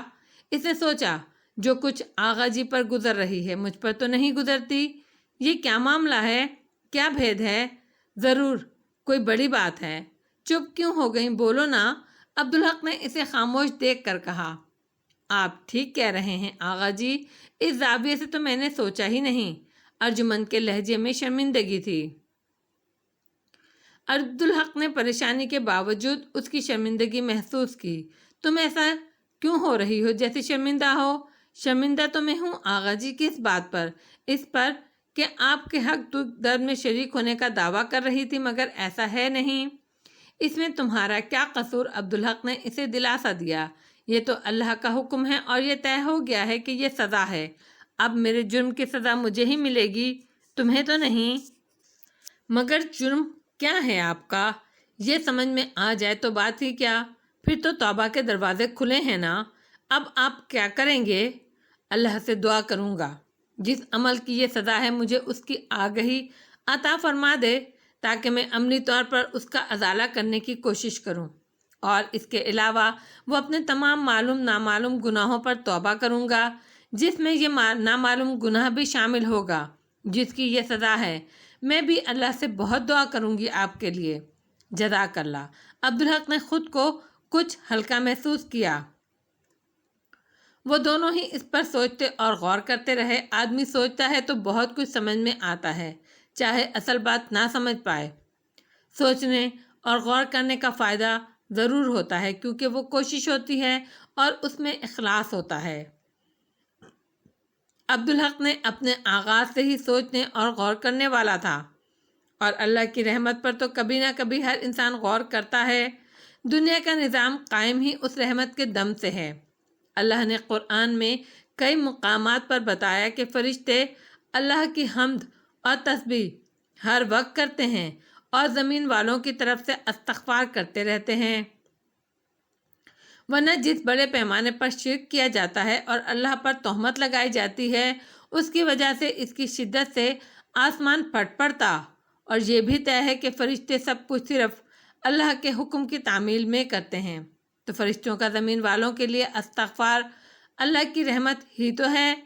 اور اللہ نے بتایا کہ جب اس کے بندے اس پر اولاد اور بیوی کا بہتان عظیم لگائیں تو وہ اس پر سب گناہوں سے بڑھ کر غضبناک ہوتا ہے، لیکن وہ قادر مطلق غضبناک ہونے کے باوجود ایسے بندوں کو مٹا نہیں دیتا، وہ ایسوں کی سزا کو قیامت کے لیے مؤخر کر دیتا ہے۔ سچ یہ ہے کہ اللہ سے بڑھ کر صبر کرنے والا کوئی نہیں۔ صبر تو اللہ کا وصف ہے جس میں سے وہ پیغمبروں کو عطا فرماتا ہے یا اپنے نیک بندوں کو، اور وہ بہتان عظیم لگانے والوں کو بھی متاع حیات سے محروم نہیں کرتا۔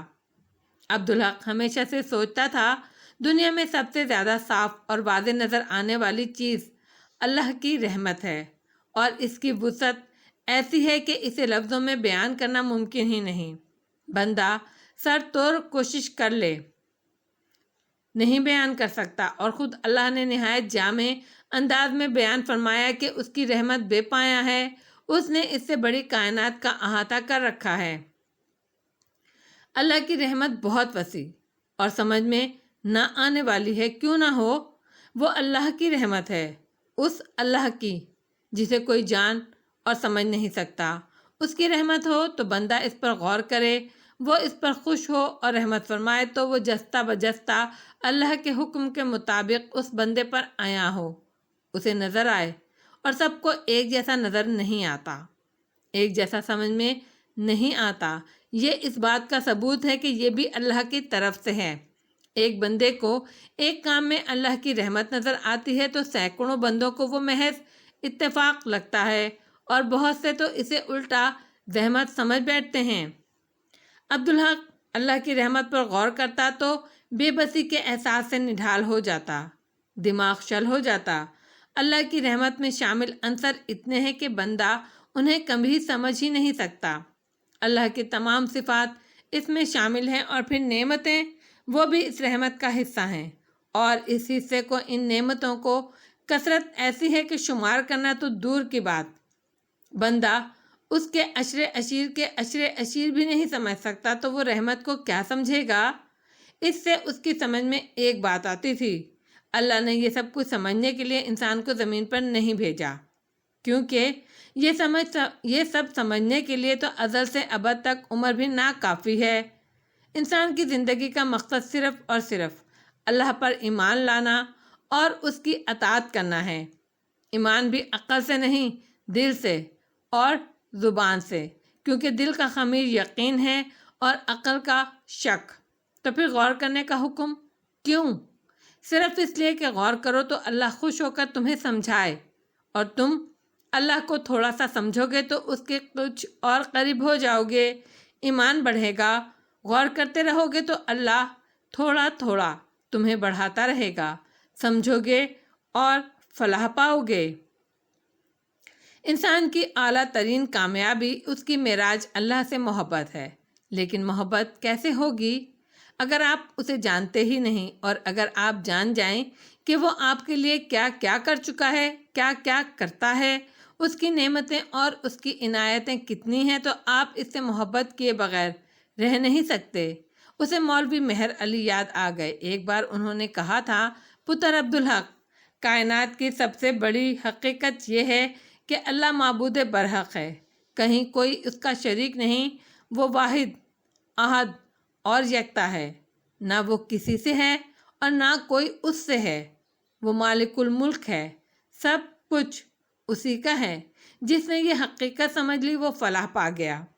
وہ جس نے ان باتوں کی گواہی دی اور مانا اور عمل کیا کہ اس کے سوا کوئی عبادت کے لائق نہیں۔ جی بے شک مولوی صاحب، اس نے کہا تھا، اور پتر، جس نے اسے دل سے معبود مانا وہ مخلوق میں سب سے افضل ہو گیا، اور جس نے ایمان اور بندگی کے ساتھ اس سے محبت بھی کی۔ عبدالحق نے سوال اٹھایا، اس کی کیا بات کرتے ہو پتر؟ محبت کرنے والے کا درجہ ہی اور ہوتا ہے، اسے تو قرب عطا ہوتا ہے، اسے تو دوست بنا لیتا ہے وہ۔ مگر مولوی صاحب، آسان تو بندگی بھی نہیں، محبت تو اور بڑی ہے۔ اس دنیا میں نہ کچھ آسان ہے پتر، اور نہ ہی کچھ مشکل۔ جو وہ دے وہ آسان لگتا ہے، جو وہ نہ دے وہ مشکل، اور وہی تو ہے جو سب کچھ جانتا ہے کس کو کیا دینا ہے اور کسے کس چیز سے محروم رہنا ہے۔ تو وہ کبھی کسی کی محبت قبول بھی نہیں کرتا ہوگا؟ نہ پتر، کیوں نہیں قبول کرے گا؟ وہ تو بتاتا ہے کہ تم دنیا بھر میں محبت بانٹتے پھرتے ہو، جبکہ سب سے بڑھ کر تمہیں اس سے محبت کرنی چاہیے۔ وہ تو قدردان ہے، حوصلہ افزائی کرنے والا ہے پتر، تو وہ جسے رد کر دے وہ محبت تو نہیں ہوتی ہوگی۔ بندوں سے تو بندہ جھوٹ بول سکتا ہے، اس کی سچ ثابت بھی کر سکتا ہے پتر، پر اللہ سے تو کچھ چھپا نہیں ہوتا۔ لیکن عجیب بات ہے کہ اس معاملے میں بندہ اللہ سے جھوٹ کبھی نہیں بولتا۔ وہ تو عاجز ہوتا ہے، جانتا ہے نا کہ جو کچھ وہ پیش کر رہا ہے خام ہے، اور اللہ سب کچھ جانتا ہے نا مولوی صاحب؟ ہاں پتر، تو پھر بندوں کی آزمائش کیوں؟ ایمان کے معاملے میں بھی اور محبت کے معاملے میں بھی۔ وہ تو درجات کے تعین کے لیے ہوتی ہے پتر۔ امتحان تو ہوگا، جانچ پڑتال تو ہوگی نا، نمبر تو دیے جائیں گے، تبھی تو پتہ چلے گا کون کس درجے پر ہے، کس نے کتنے نمبر لیے ہیں۔ وہ سب کچھ جانتا ہے، اس کا فیصلہ حتمی ہے، اسے کوئی چیلنج نہیں کر سکتا۔ پھر بھی کیونکہ وہ عادل ہے، کسی کو حجت کرنے سے نہیں روکتا، اعتراض سے نہیں روکتا، فیصلہ کرتا ہے تو محبت تمام کر کے۔ یہ بات میری سمجھ میں نہیں آتی۔ اچھا، تم میرے کچھ سوالوں کے جواب دو پتر۔ کوشش کروں گا مولوی صاحب۔ ہدایت دینے والا بھی اللہ ہے، اور وہی جانتا ہے کہ کون ایمان لائے گا اور کون نہیں۔ یہ تو خود اللہ نے بتایا ہے قرآن میں۔ پیغمبر کا کام صرف پیغام پہنچانا ہے، تو اللہ ازل سے جانتا ہے کہ کون ایمان لانے والا ہے اور کون کفر کرنے والا۔ بے شک مولوی صاحب، تو پھر اللہ نے پیغمبر کیوں بھیجے، کتابیں کیوں اتاری؟ اس کا جواب بھی اللہ نے قرآن میں دیا ہے، تاکہ قیامت کے دن کوئی یہ عذر پیش نہ کرے کہ اے اللہ، مجھے تو کچھ معلوم ہی نہیں تھا، نہ تو نے مجھے بتایا اور نہ میرے پاس کسی سمجھانے والے کو بھیجا۔ کیوں؟ اسی لیے نا کہ حجت تمام ہو جائے۔ اللہ ایسا منصف ہے کہ مجرم کو صفائی پیش کرنے کا ہر موقع فراہم کرتا ہے، ہر جرم کا گواہ بھی موجود اور ثبوت بھی۔ بندے کا تو وجود بھی ہے، اس کے اعضاء بھی گواہی دیں گے۔ اس دن صرف سچ کا بول بالا ہوگا، وہ یوم الحق ہوگا۔ لیکن مولوی صاحب، بحث تو کافر اور مشرک کریں گے، ایمان والے اور محبت کرنے والے تو ایسا نہیں کریں گے۔ کریں یا نہ کریں یہ الگ بات، پر کر تو سکتے ہیں۔ جو مجرموں کو یہ رعایت دے رہا ہے وہ مسلموں کو نہیں دے گا کیا؟ آزمائش کا سبب تو میری سمجھ میں اب بھی نہیں آیا۔ بات ہے درجہ بندی کی۔ درجات جہنم میں بھی ہیں اور جنت میں بھی، اور درجہ بندی اعمال سے ہوتی ہے۔ جس نے کفر کیا جہنم میں جائے گا، سخت شرک کیا جہنم کے اس سے نچلے درجے میں جائے گا، جس نے سرکشی کی اور نیچے، جس نے بغاوت کی اور نیچے، اور جو اللہ کے مقابلے میں دو بدو لڑنے کے لیے کھڑا ہو گیا وہ سب سے نچلے درجے میں جائے گا، بدترین عذاب جھیلے گا۔ جی بالکل، تو درجے ہوئے نا، اور درجے جنت میں بھی ہیں، اور درجے شرک کے بھی ہیں، ایمان کے بھی، اور ویسے ہی محبت کے بھی۔ اللہ سب کچھ جانتا ہے، لیکن آزمائشوں کے ذریعے محبت تمام کرتا ہے، اور ایمان والوں اور محبت کرنے والوں پر مہربان اور نعمتوں اور عنایت پر راضی کرنے والا ہے۔ نہیں چاہتا کہ کسی کے دل کے شیشے پر بال بھی آئے، نہیں چاہتا کہ کوئی دل میں بھی سوچے کہ میرے رب نے میری آزمائش کی ہوتی تو میں اس اپنے سے اوپر کے درجے والے سے بھی آگے نکل جاتا۔ تو آزمائشوں سے درجہ بندی ہوتی ہے پتر۔ یہ سب یاد آیا تو عبدالحق کے دل کو تقویت سی ہوئی۔ اس نے سوچا سزا ہے یا آزمائش، یہ تو اللہ ہی جانتا ہے۔ اس کا کام تو بہرحال اسے قبول کرنا ہے اور اس میں راضی رہنا ہے۔ اللہ کی ناراضگی کا خیال ہے تو اسے راضی کرنا، اسے منانا، اور اس کا ایک ہی ذریعہ ہے توبہ اور استغفار۔ بات پھر رحمت کی طرف آ گئی۔ اللہ کی رحمت کو کوئی سمجھ نہیں سکتا، اس کی نعمتوں کا شمار ممکن نہیں۔ اس کی مغفرت بھی اس کی رحمت کا ہی حصہ ہے، اور اس کی مغفرت کا دامن اتنا وسیع ہے کہ روئے زمین پر قیامت تک پیدا ہونے، جینے اور مرنے والے تمام انسانوں کے گناہ وہ مغفرت ڈھانپ لیتی ہے۔ اللہ اللہ، یعنی روئے زمین پر زندگی گزارنے والے اور گزار کر جانے والے اربوں انسانوں کے گناہ اللہ کی رحمت کے سامنے ترازو میں پاسنگ کی حیثیت بھی نہیں رکھتے۔ عبدالحق کا بے بسی کا احساس ایک پل میں ہوا ہو گیا۔ ایسی رحمت کے سامنے مایوسی کیسے؟ پہلی بار اس کی سمجھ میں آیا کہ بندہ اپنے گناہوں کو بھی نہیں سمجھ پاتا، جو بے حدود بے حساب ہونے کے باوجود اللہ کی عطا کی ہوئی نعمتوں کی تعداد کے سامنے بالکل بے حیثیت ہوتے ہیں، اور اللہ کی رحمت کے سامنے تو وہ نہ ہونے کے برابر ہیں۔ تو وہ جسے یہ احساس ہے کہ اللہ اس سے راضی ہے، اپنی پوری کوشش کے باوجود اپنے اس گناہ کو یاد نہیں کر پا رہا جو اللہ کی ناراضگی کا سبب ہے، تو اللہ کی نعمتوں کو، اس کی رحمت کو کیسے سمجھ سکتا ہے؟ اور اللہ کی رحمت اور مغفرت کیسی ہے؟ اسے پکارو، اے گناہوں کو بخشنے والے، توبہ کو قبول کرنے والے مہربان رب، میں اپنے کھلے اور چھپے، صغیرہ اور کبیرہ، معلوم اور نامعلوم گناہوں پر توبہ کرتا ہوں، مجھے بخش دے۔ اور اگر تم سچے ہو تو ایک پل میں تمہارا رب تمہیں نوزائیدہ بچے ہی کی طرح پاک اور معصوم کر دے گا۔ اللہ اللہ، معلوم گناہ تو 10-20 ہی ہوں گے، نامعلوم گناہ تو سمندر کے جھاگ سے بھی زیادہ ہو سکتے ہیں۔ یہ بات اس کے لیے خوشی اور طمانینت کا باعث تھی کہ اس بار وہ خوف اور غم سے نڈھال نہیں ہوا، وہ ہراساں بھی نہیں ہوا کہ اس کیفیت میں نہ کچھ سجھائی دیتا ہے نہ دکھائی دیتا ہے۔ اس بار اللہ کی رحمت اس کے ساتھ تھی، وہ سکون سے سب کچھ سوچ اور سمجھ رہا تھا۔ اس نے سمجھ لیا تھا کہ ارجمند کی قربت اللہ کی طرف سے اس کے لیے ممنوع ٹھہری ہے۔ اس نے سمجھ لیا وہ آزمائش ہو یا سزا، یہ اللہ جانتا ہے، اور اسے اس سے کچھ فرق نہیں پڑتا۔ بنیادی بات یہ ہے کہ اسے اس کو قبول کر لینا ہے۔ پیغام بالکل صاف اور واضح ہے۔ نفس آدمی کے ساتھ نہ لگا ہوتا تو دنیا میں اطاعت کرنے والوں کی تعداد بہت زیادہ، کہیں زیادہ ہوتی۔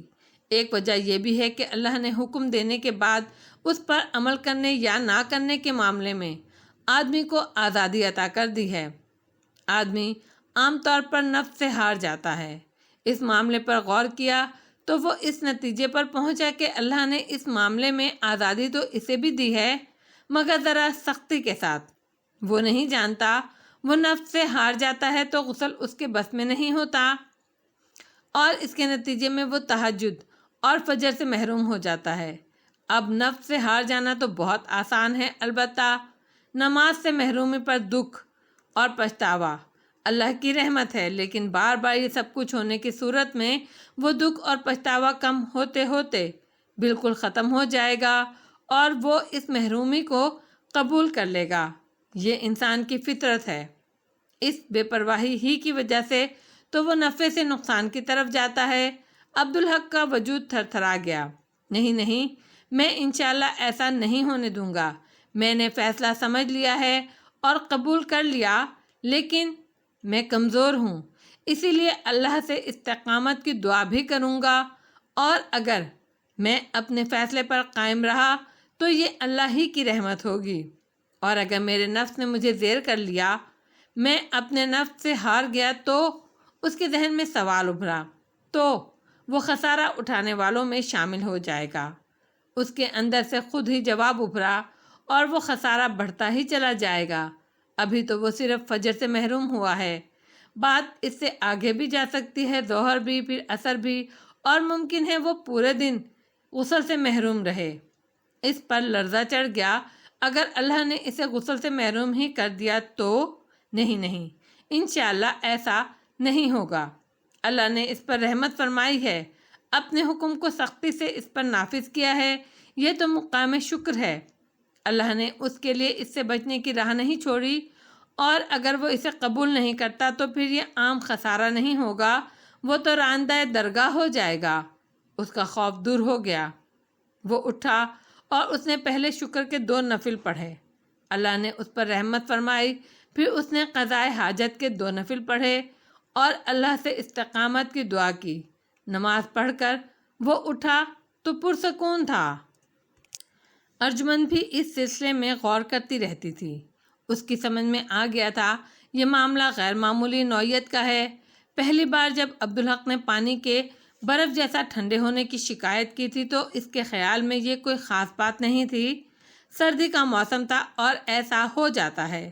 اس نے پانی میں ہاتھ ڈال کر دیکھا تو اسے وہ کافی گرم لگا تھا، اتنا گرم کہ وہ خود نہاتی تو اس میں ٹھنڈا پانی ضرور ملاتی، لیکن وہ کوئی چونکانے والی بات نہیں تھی۔ ہر شخص کے جسم کی ضرورتیں دوسرے سے مختلف ہوتی ہیں۔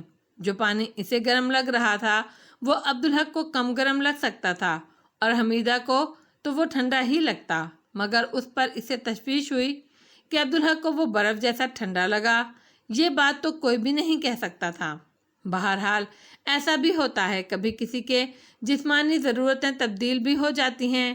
سردی میں بھی ٹھنڈے پانی سے نہانے والوں کو اچانک گرم پانی کی ضرورت محسوس ہونے لگتی ہے۔ وہ اور گرم پانی لے کر آئی۔ اسے ملانے کے بعد تو وہ اس کے نزدیک کھولتا ہوا پانی تھا۔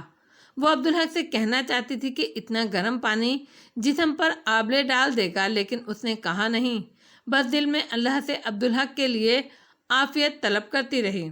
اور پھر اسے عبدالحق کی چیخ سنائی دی تو اس نے یہی سمجھا کہ وہ گرم پانی کی وجہ سے چیخا ہے، لیکن عبدالحق نے بتایا اسے وہ پانی بھی یک بستہ لگا ہے، تو وہ پریشان ہو گئی۔ معاملہ پراسرار ہے۔ وہ عبدالحق کو سردی چڑھ گئی تھی کیا؟ بعد میں عبدالحق کے کاندھے پر آبلے دیکھ کر اسے احساس ہوا کہ اس کا اندازہ درست تھا، پانی کھولتا ہوا ہی تھا، لیکن عبدالحق کے جسم کو وہ یک بستہ لگا۔ اس کے باوجود آبلے پڑ گئے، جس کا احساس عبدالحق کو بعد میں تکلیف کی وجہ سے ہوا۔ اس نے سوچا خیال کی طرح یہ معاملہ بھی مشتبہ ہے، اللہ کی طرف سے ہے یا شیطان کی طرف سے؟ پہلے تو یہ اسے شیطان کی کاروائی لگی کہ وہ میاں بیوی کے درمیان تفرقہ ڈالنے کی کوشش کر رہا ہے، کیونکہ وہ اسے اپنی سب سے بڑی کامیابی سمجھتا ہے۔ اس نے سوچا اب جب کہ عبدالحق اس کی طرف راغب ہو رہا ہے تو شیطان اسے دور کرنے کی سازش کر رہا ہے، اور جب عبدالحق اس روز فجر سے محروم ہو گیا تو اسے یقین ہو گیا کہ یہ شیطان ہی ہے۔ وہ تو دوہرا کھیل تھا جس کا انجام ہر طرح سے شیطان کو پسند تھا، یا تو اس کے اور عبدالحق کے درمیان جسمانی تعلق منقطع ہو جاتا یا عبدالحق نماز سے دور ہو جاتا، لیکن نہ جانے کیا بات تھی، اس کا دل اس تجزیے کو قبول نہیں کر رہا تھا۔ پھر اگلی بار اسے عبدالحق کی قربت نصیب ہوئی تو معاملہ برعکس تھا اور صورتحال وہی تھی۔ موسم بدل گیا تھا۔ عبدالحق نے اسے گرم پانی کو منع کر دیا، لیکن اس بار شاور کا ٹھنڈا پانی عبدالحق کو کھولتا ہوا لگا۔ ارجمن نے اس پانی کے نیچے ہاتھ رکھا تو اسے وہ خوشگوار لگا، لیکن عبدالحق نے اس کے سامنے ہی چیخ مار کر اپنا ہاتھ کھینچ لیا۔ عبدالحق نے اسے اپنا کاندھا دیکھنے کو کہا۔ اسے یقین تھا کہ وہاں آبلے پڑ گئے ہوں گے، لیکن ایسا کچھ نہیں تھا۔ بہرحال عبدالحق کے کاندھوں میں جلن ہوتی رہی جو آہستہ آہستہ معدوم ہو گئی۔ فجر کی نماز سے وہ اس بار بھی محروم ہو گیا۔ پہلی بار کو بامشکل ہی صحیح بہرحال اتفاق سمجھا جا سکتا تھا، لیکن جب وہی کچھ دوبارہ ہوا تو احساس ہو گیا کہ صورتحال سنگین ہے۔ ارجمن کو بھی احساس ہو گیا کہ اس کا دل ٹھیک کہہ رہا تھا اور اس کا تجزیہ غلط تھا۔ اس کی دلیل یہ تھی کہ دونوں بار عبدالحق کی فجر کی نماز قضا ہوئی تھی، لیکن ظہر سے پہلے اسے غسل کرنا نصیب ہو گیا تھا۔ اگر شیطان کے بس میں ہوتا تو وہ اسے ہمیشہ ہی کے لیے غسل اور نماز دونوں سے محروم کر دیتا۔ کچھ نہیں تو وہ عبدالحق کو غسل کے معاملے میں اس قدر خوفزدہ کر دیتا کہ وہ ناپاکی ہمیشہ کے لیے اس پر مسلط ہو جاتی۔ اس بار انہوں نے اس پر بات کی۔ عبدالحق بہت پریشان تھا اور وہ اس کی دلجوئی کی کوشش کر رہی تھی۔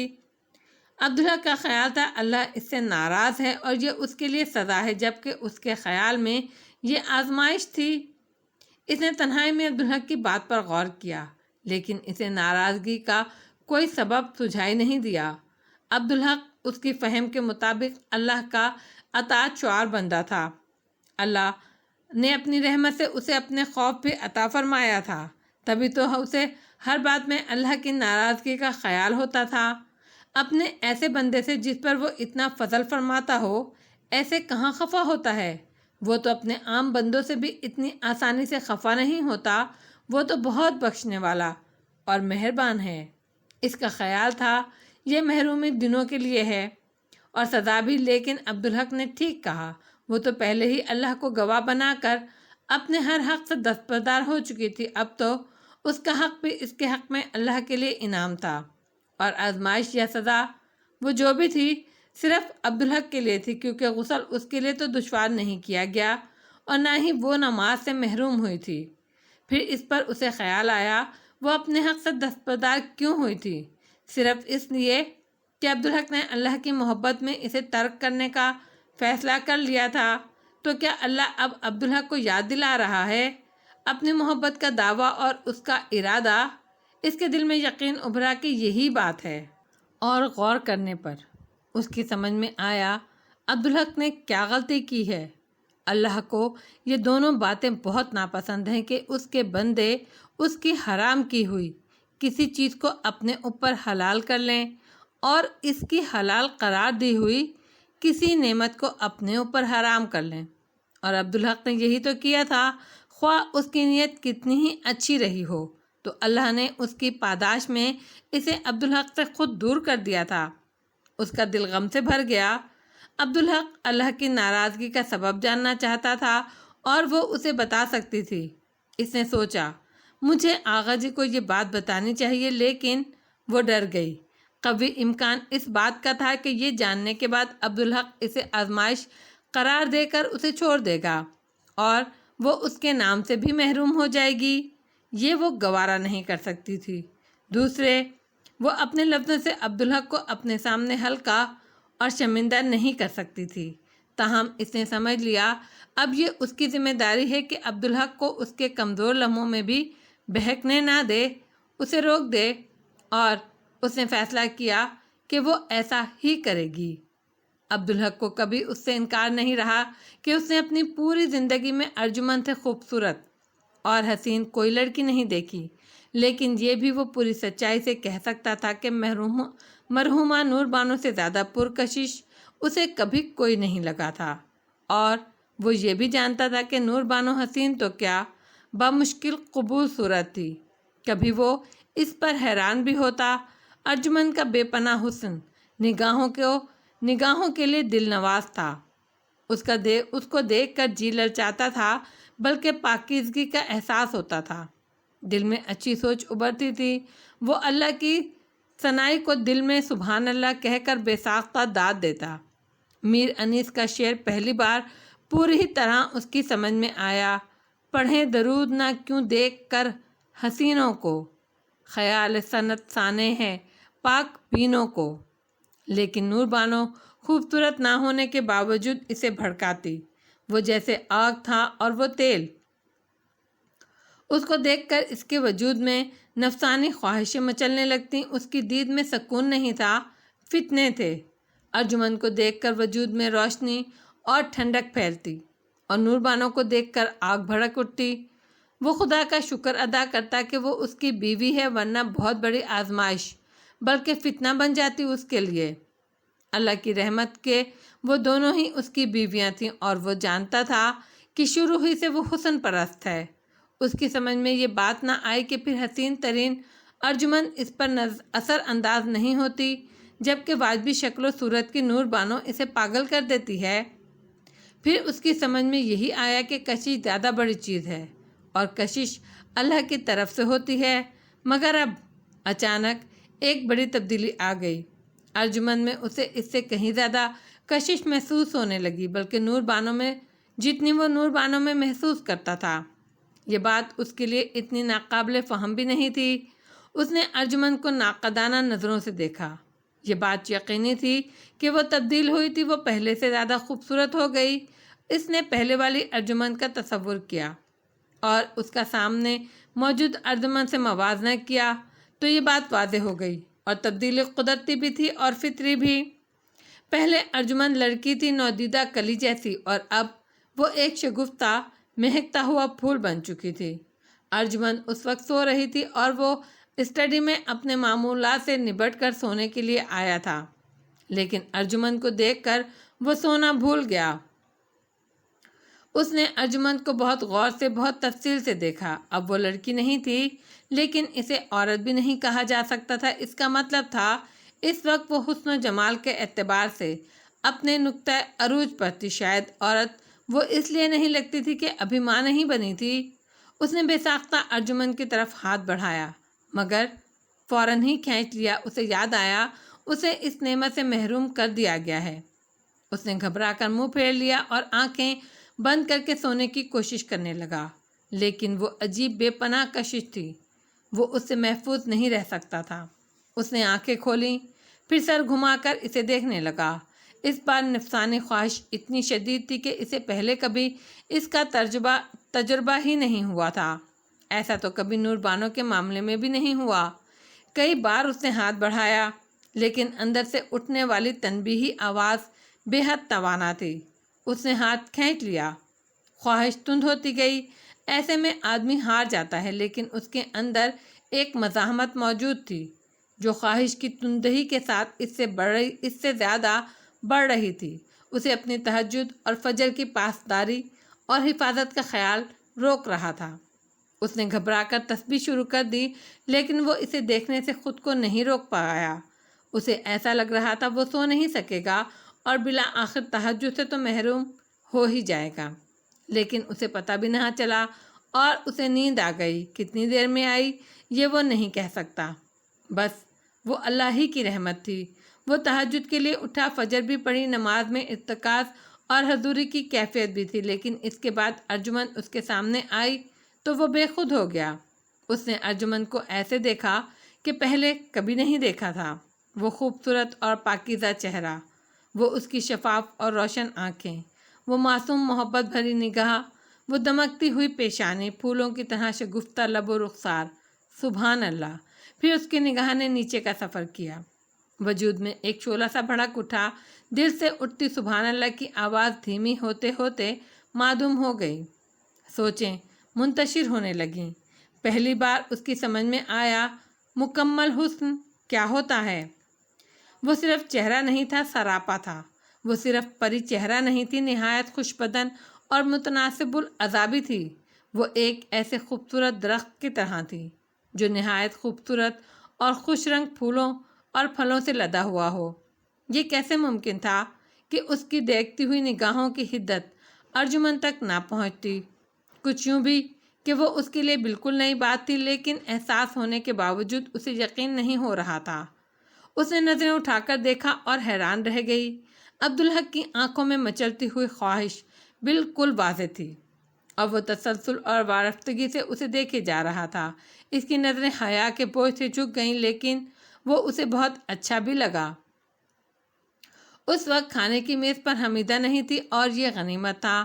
آغا جی، ایسے کیسے دیکھ رہے ہیں مجھے؟ اس نے سرگوشی میں کہا۔ تو کیا ہوا؟ عبدالحق کا لہجہ ایسا تھا جیسے وہ کسی ٹرانس میں ہو۔ اس میں بے خودی تھی، جیسے اسے معلوم ہی نہ ہو کہ وہ کیا کہہ رہا ہے۔ آپ مجھے گھور رہے ہیں آغا جی؟ ارجمند کے لہجے میں ہلکی سی تنبیہ در آئی۔ تو کیا؟ عبدالحق کی کیفیت میں کوئی تبدیلی نہ آئی۔ دادی اماں آنے والی ہیں، وہ دیکھیں گی تو کیا سوچیں گی؟ کیا سوچیں گی؟ وہ جو بھی سوچیں گی، اس پر مجھے اتنی شرم آئے گی کہ شاید میں ان کے سامنے کبھی نظر نہ اٹھا سکوں۔ ارجمند نے سرد لہجے میں کہا۔ آپ کا مجھے پتہ نہیں، لیکن آپ شرمندہ نہ ہوئے تو اس پر مجھے حیرت ہوگی۔ اس بار عبدالحق بری طرح چونکا، اس کی پلکیں جھپکیں اور اس نے ادھر ادھر دیکھا۔ اس وقت حمیدہ آتی نظر آئی۔ وہ سنبھل کر بیٹھ گیا۔ تو نے ناشتہ شروع نہیں کیا پتر؟